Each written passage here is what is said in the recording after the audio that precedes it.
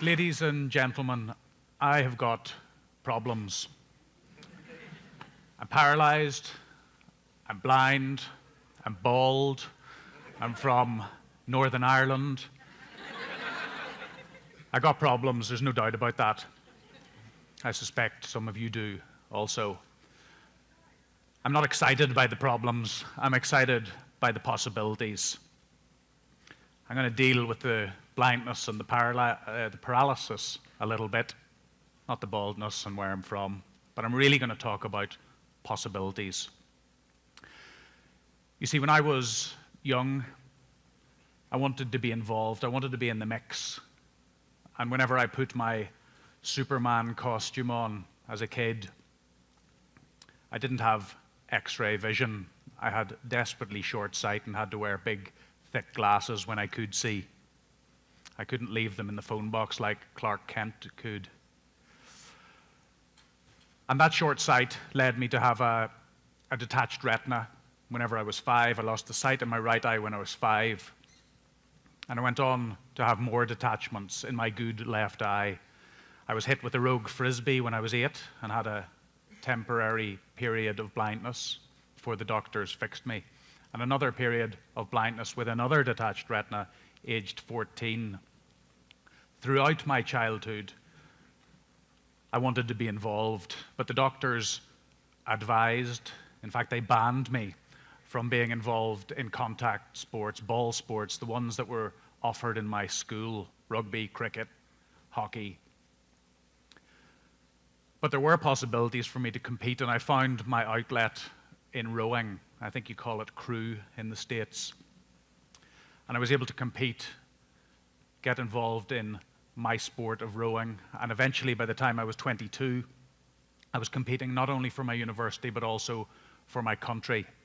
And one morning before training, down at the boathouse as the sun came up, I swung open the doors of the boathouse and the sun dazzled on the river flowing by.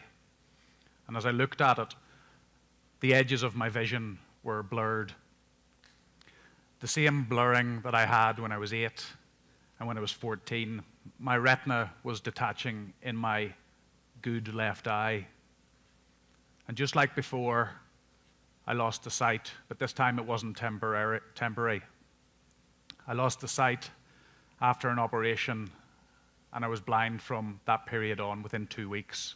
I was catapulted back to my bedroom where I grew up, wondering what the possibilities were, doubting whether there were any, unable to tell the time, unable to tell if it was day or night. When I went to bed for 5 minutes and woke up, I didn't know if it was time to get up the next morning or whether I'd just been asleep for those few minutes.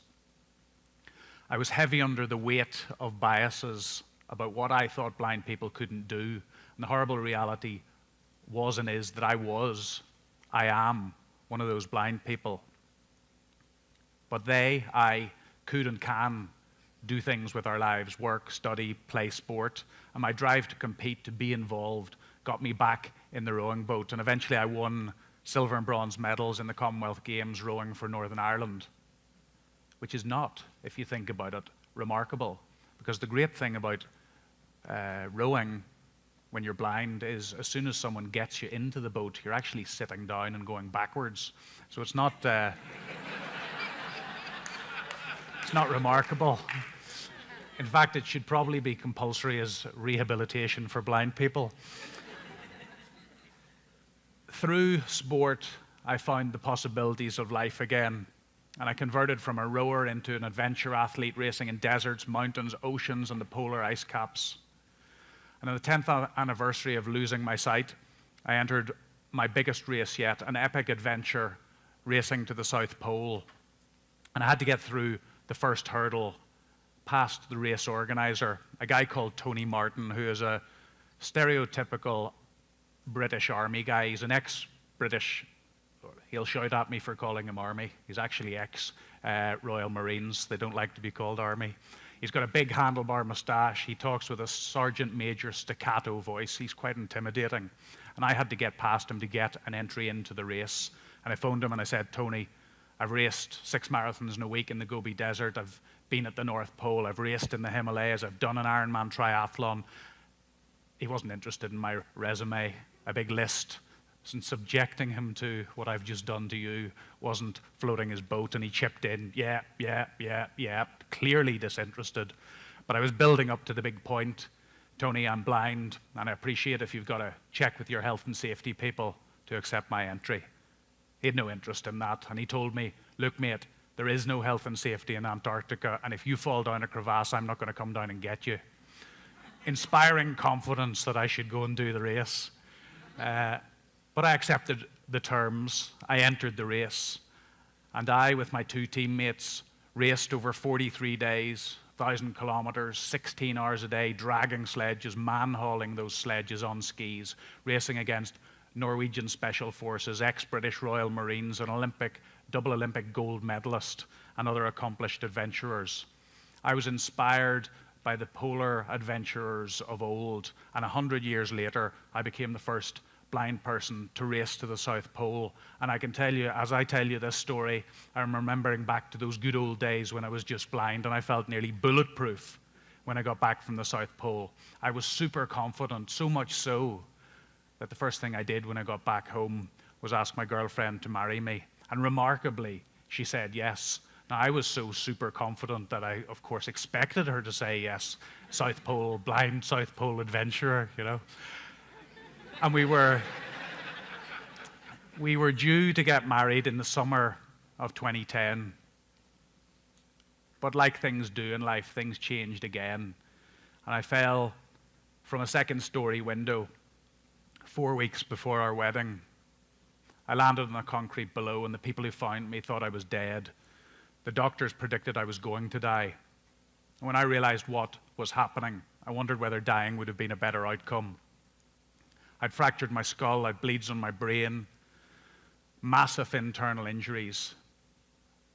I was paralyzed, blind, and genuinely broken. For the next 16 months, I was in hospital, and I learned about the obvious problems of paralysis, the things that you probably know about. The lack of movement, the lack of feeling. But that's not the real truth of paralysis. That's part of the problem.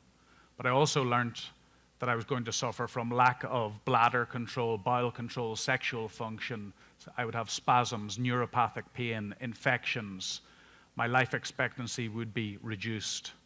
And if I felt bulletproof coming back from the South Pole, I felt anything but bulletproof lying in intensive care and in that hospital spinal unit.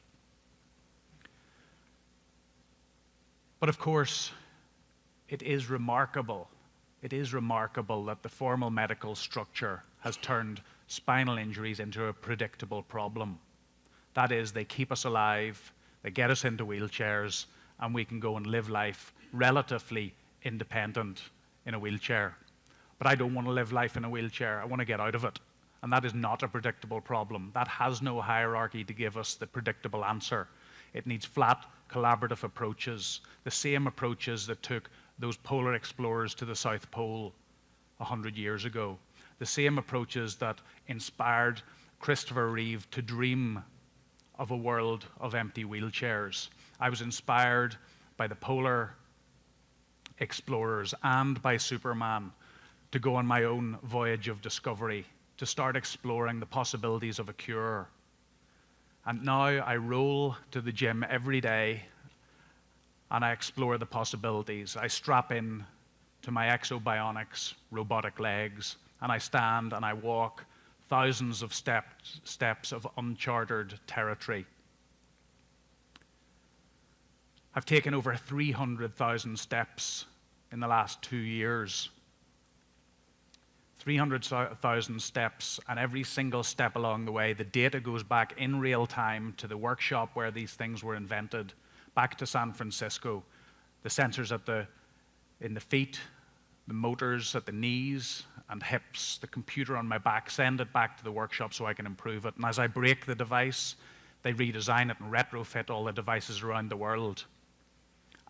I got my robotic legs, in 2012, at the time when the London Olympic and Paralympic Games were going on. And as I walked in my robotic legs, my able-bodied friends, they wanted to get into the device. They saw the ads on TV for the Paralympic Games and the Olympic Games with guys, amputees, running in carbon fiber blades. And I have a hunch that most of my friends would chop their legs off and take a set of those robotic legs if they could get them. Technology is allowing this horrible problem of paralysis to be talked about. It's a Trojan horse getting me into sessions like this to talk to people like you. But it's not going to fix the problem. It's going to be a cocktail of cures. And I traveled around the world to meet scientists who are working on the cure. And I met scientists, Reggie Edgerton from UCLA, Yuri Gerasimenko from the Pavlov Institute in St. Petersburg, Susie Harkema from the Fraser Institute in Louisville. Those scientists have just published a paper in the scientific journal Brain about 4 patients that they implanted with electrical stimulation devices. And those people have started to move their ankles, knees, and hips voluntarily. They can stand independently. And what's not in the scientific journal is what one of the guys told me when I met him a couple of months ago, that some of those horrible secondary problems that I spoke to you about, bladder, bowel, sexual function, temperature control, he's got those back to near normal levels. It's exciting stuff. We're on the frontiers here. And earlier this year, I spent 3 months in UCLA working with Reggie and Yuri, combining my robotic legs with their neuromodulation, electrical stimulation and drugs. That's neuromodulation. I don't even understand what the word means. But it's about exciting the nervous system to see what happens when the nervous system is excited and enabled and walking in the normal walking pattern. And we're starting to make progress. These guys have to analyze the results to tell me what progress we've made. But look, this cure for paralysis is not a predictable problem. It's an unpredictable problem. And that's why I'm excited about it, because that's the domain I live in, unpredictable problems. It's going to require collaboration across intellectual, geographical, and organizational boundaries.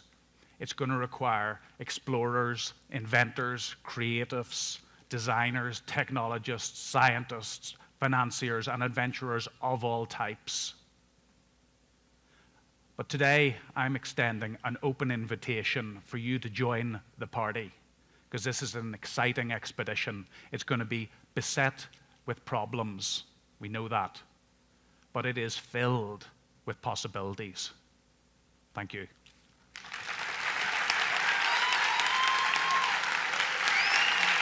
Thank you.